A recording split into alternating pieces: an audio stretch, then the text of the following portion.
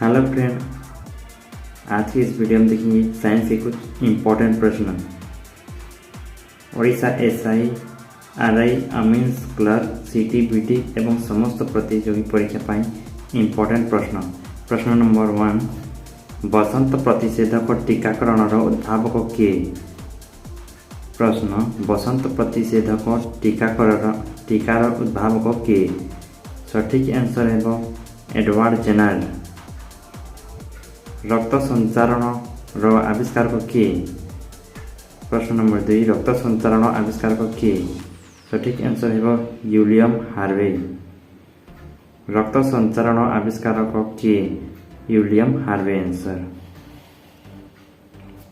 प्रश्न नंबर 3, आंतस रोग सृष्टिकारी जीवाणु किए आविष्कार करथिले? सठिक आंसर है चारिटी मध्यरु रॉबर्ट कॉच। ऑप्शन नंबर क रॉबर्ट कॉच।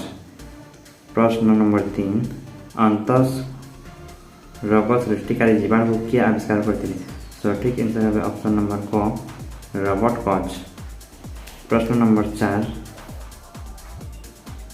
रोनाल्ड रस केउं रोगर चिकित्सा पाई औषध उद्भावन करथिले? रोनाल्ड रस केउं रोगर चिकित्सा पाई औषध उद्भावन करथिले? सठिक आंसर है ऑप्शन घ मलेरिया पाई। रोनाल्ड रस केउं रोगर चिकित्सा पाई औषध उद्भावन करथिले? मलेरिया।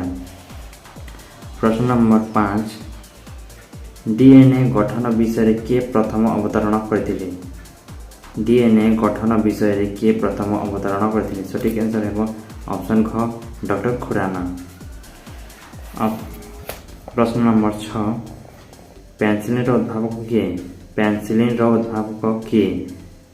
सठिक आंसर है ऑप्शन घ अलेक्जेंडर फ्लेमिंग। प्रश्न नंबर 7, इंसुलिन उद्भावक किए? इंसुलिन उद्भावक किए?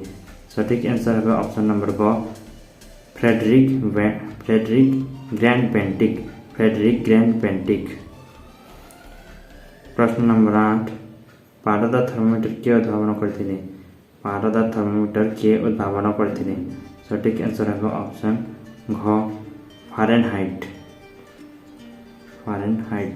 पारद थर्मोमीटर के उद्भावन करथिले?